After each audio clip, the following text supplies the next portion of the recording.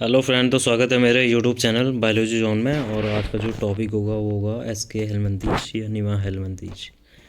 तो ये है नॉन कोऑर्डिनेटा का फिफ्थ पार्ट, एसके हेलमंथीज या निमा हेलमंथीज। तो वैसे निमा का जो अर्थ होता है वो होगा थ्रेड, धागे नुमा संरचना, और हेलमंथीज वॉर्म हो गया। फर्स्ट क्वेश्चन है इसका, साइक्लॉप्स किसका द्वितीय पोषक है? तो ये होगा नेहरूआ या गिनी वॉर्म। तो सी होगा इसका आंसर। और वैसे एक गिनी वॉर्म होता है, उसको कहते हैं ड्रैकनकुलस।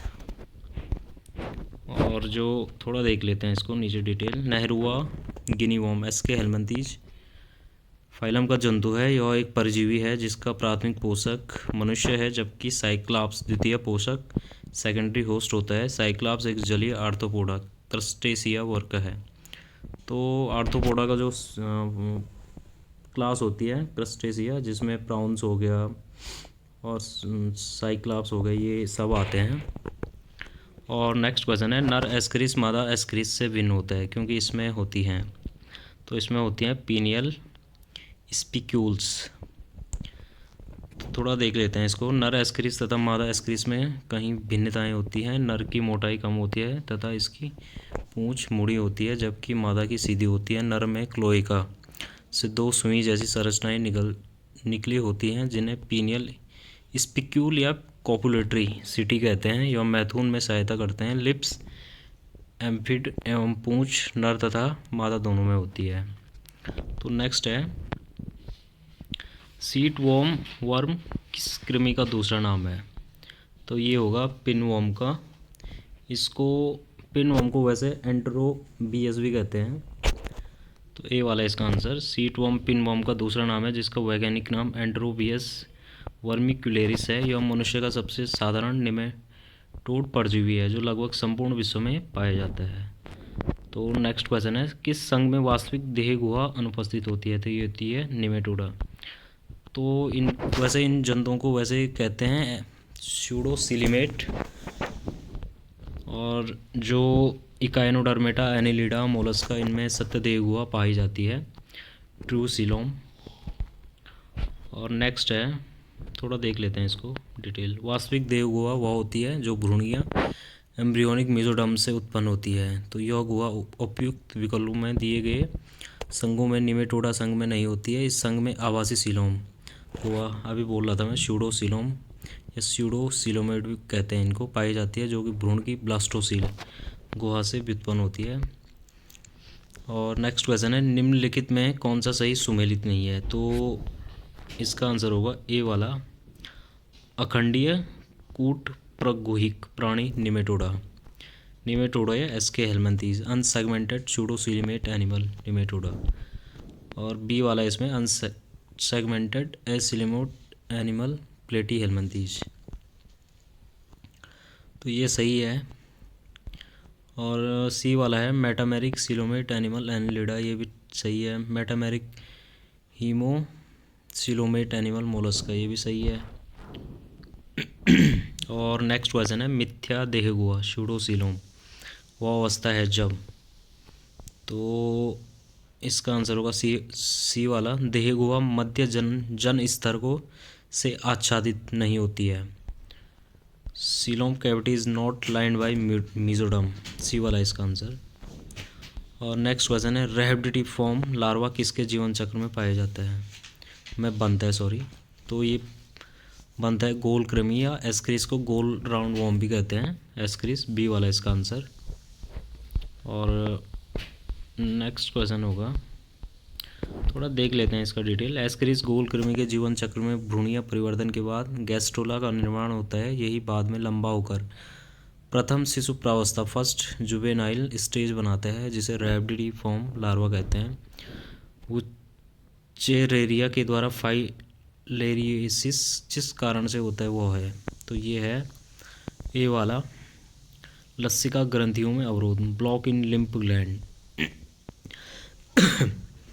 थोड़ा देख लेते हैं इसका डिटेल। फाइलेरिया परजीवी वुचेरिया लसिका ग्रंथियों में तथा वाहिनियों में अवरोध उत्पन्न कर देते हैं। ये विशेषकर नीचे के पादों, पैर तथा जननांगों की लसिका वाहिनियों में होते हैं, जिस कारण वह सूजन उत्पन्न होती है।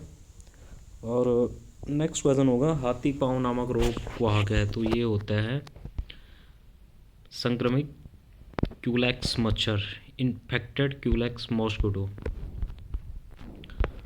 थोड़ा देख लेते हैं इसका डिटेल। हाथी पाँव या फाइलेरिया रोग बुचेरिया ब्रैंकप्टाई द्वारा उत्पन्न होता है। इसका वाहक वेक्टर एक संक्रमित क्यूलेक्स मादा मच्छर है। जब एक संक्रमित क्यूलेक्स मच्छर मनुष्य को काटता है तो इसके परजीवी मनुष्य के शरीर में प्रवेश कर जाते हैं। तो नेक्स्ट क्वेश्चन होगा हाथी पाँव अथवा फाइलेरिया का रोग स्थानांतरित होता है, तो ये होता है मच्छर द्वारा, जो अभी थोड़ा डिटेल पढ़ा था हमने, वही है इसका आंसर। तो नेक्स्ट क्वेश्चन है बुचेरिया उत्पन्न करता है, तो ये करता है हाथी पाँव, एलिफेंटिएसिस भी कहते हैं इसको, जिसमें पैर हाथी के पैर के समान फूल जाता है, काफ़ी मोटा हो जाता है फूल के या सूज के। तो नेक्स्ट क्वेश्चन है गोल कृमि निमेटोडा के कारण कौन सा रोग उत्पन्न होता है, तो ये होता है फाइलेरियासिस नामक रोग बुचेरिया द्वारा उत्पन्न होता है। यो एस्के हेलमिंथीज या निमेटोडा संघ का जनता है। इस रोग के परजीवी का वाहक मादा क्यूलेक्स मच्छर होता है। तो नेक्स्ट क्वेश्चन है बुचेरिया ब्रैंकप्टाई का लार्वा है, तो ये होगा माइक्रोफाइलेरिया लार्वा। ट्रोकोफोर एनिलिडा का होता है, बाइपिनेरिया होता है आपका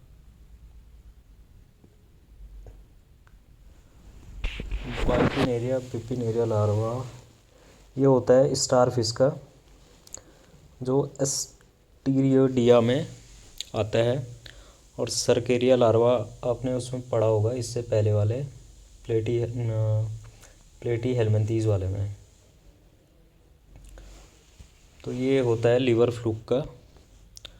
और नेक्स्ट क्वेश्चन है बुचेरिया ब्रैंकप्टाई का लार्वा माइक्रोफाइलेरिया या अल्प विकसित शिशु प्रावस्था जुवेनाइल में होता है। बुचेरिया एक परजीवी है जो फाइलेरिया या एलिफेंटियासिस हाथी पाँव रोग उत्पन्न करता है।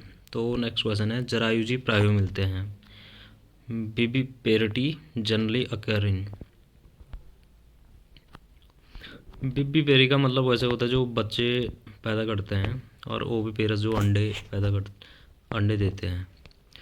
तो फाइलेरिया वर्म या बुचेरिया एक जरायुजी गोल कृमि है, क्योंकि वह अल्प विकसित शिशु को जन्म देता है। तो नेक्स्ट क्वेश्चन है सिंसीशियल अधिचर्म पाया जाता है, तो ये पाया जाता है एस्क्रिस में। एस्क्रिस की अधिचर्म एपिडर्मिस में अलग अलग कोशिकाएं नहीं होती, बल्कि इसमें साइटोप्लाज्म की एक सतत स्तर होती है जिसमें केंद्रक बिखरे होते हैं, जिसे सिंसीशियल या सिनोसिटिक कहते हैं। तो नेक्स्ट क्वेश्चन होगा लैंगिक द्विरूपता पाई जाती है, तो ये पाई जाती है एस्क्रिस में। थोड़ा देख लेते हैं इसका डिटेल। जब नर तथा मादा को बाह्य लैंगिक लक्षणों के आधार पर अलग अलग पहचाना जा सके तो इसे लैंगिक द्विरूपता कहते हैं। एस्क्रिस को नर एवं मादा में बाह्य लक्षणों के आधार पर उन्हें अलग अलग विभेदित किया जाते हैं, तो इन्हें डायसियस एनिमल भी कहते हैं।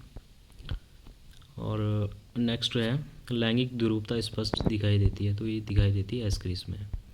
नेक्स्ट है एस्क्रिस का प्रथम तरुण डिम्बक कहलाता है, तो ये कहलाता है रैबिडिफॉर्म लार्वा।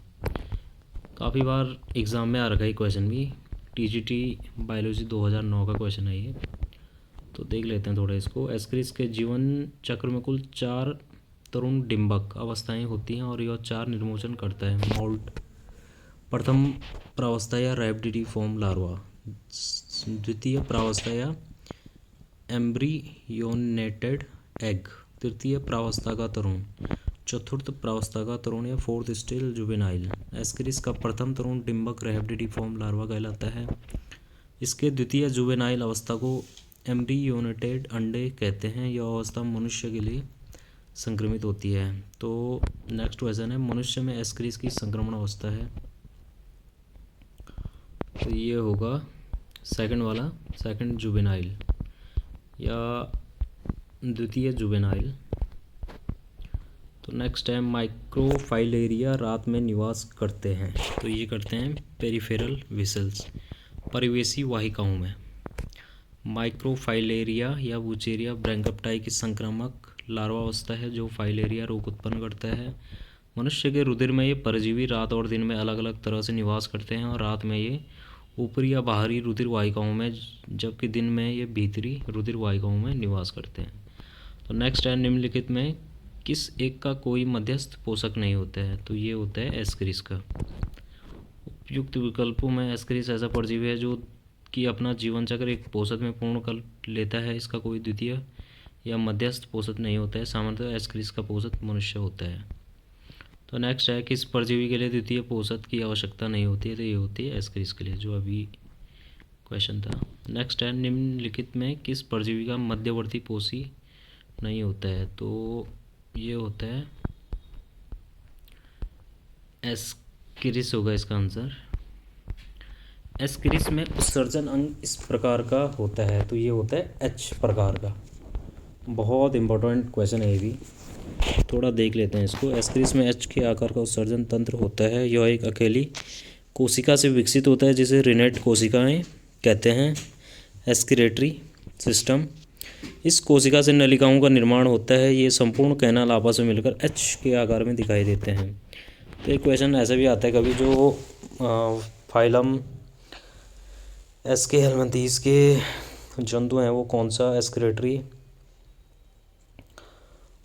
वो होता है उसमें एस्किरेटरी सिस्टम। तो इसमें रेनेट सेल्स होती हैं, रेनेट कोशिकाएं भी कहते हैं इनको। तो नेक्स्ट है, अमीबीय शुक्राणु पाए जाते हैं, तो ये पाए जाते हैं एस्करिस में। एस्करिस में शुक्राणु पुच्छ विहीन अमीबॉइड तथा असममित असिमेट्रिकल होते हैं। एस्करिस को गोल कृमि भी कहा जाता है। रूट नाट रोग उत्पन्न होता है, ये होता है निमेटोड्स या एस्के हेलमिंथीज। एस्के हेलमिंथीज को निमेटोड्स भी कहते हैं, बी वाला इसका आंसर। तो देख लेते हैं थोड़ा। मेलेओडोजाइन नामक निमेटोड की कुछ प्रजातियां विभिन्न वृक्षों, झाड़ियों तथा शाक की जड़ों को रोगग्रस्त कर देते हैं, जिसे रूट नॉट रोग कहते हैं। और नेक्स्ट और लास्ट क्वेश्चन है आज का, लोवा द्वारा संचरित संक्रमण का संवाहक होता है, तो ये होता है क्राइसॉप्स प्रजाति, क्राइसॉप्स स्पीसीज। लोवा एक निमेटोड है जो लोवा फाइलेरियासिस नामक रोग पैदा करता है। इस रोग का वाहक क्राइसॉप्स प्रजाति की मक्खियाँ हैं। लोवा को आईवॉर्म के नाम से भी जाना जाता है क्योंकि यह आँख की श्लेष्मला कंजक्टिवा में स्थापित होते हैं।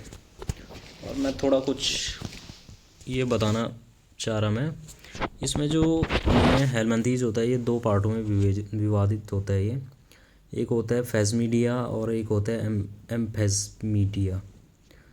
तो जो फेजमीडिया होता है उसमें सभी एनिमल्स होते हैं वो पैरासिटिक परजीवी होते हैं, और जो एम्फेजमीडिया होता है उसमें फ्री लिविंग नेचर के होते हैं सब एनिमल। तो जो फेजमीडिया है एस्करिस आता है इसमें, इसको कहते हैं राउंड वॉर्म। एंटेरोबियस आता है जिसको कहते हैं पिनवॉर्म, और एंकाइलोस्टोमा आता है इसको कहते हैं हुकवॉर्म, और वुचेरिया आता है इसको फाइलेरिसिस वॉर्म भी कहते हैं, और एक आता है ड्रैगनकुलस इसको गिनी वॉर्म कहते हैं, और अभी जो लास्ट वाला ये वाला है इसको लोवा तो इसको आई वॉर्म कहते हैं। तो जो एम्फेजमीडिया है उसमें ट्राइलोबियस हो गया,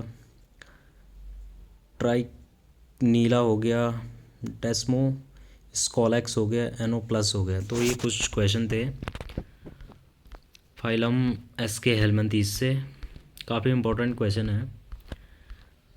तो जिसको भी इन क्वेश्चनों की पीडीएफ चाहिए, मैं डिस्क्रिप्शन में टेलीग्राम चैनल की लिंक शेयर कर रहा हूँ, तो आप लोग टेलीग्राम चैनल ज्वाइन करके इसकी पीडीएफ ले सकते हो। और चैनल पे नए हो तो लाइक शेयर सब्सक्राइब कर देना। Thank you.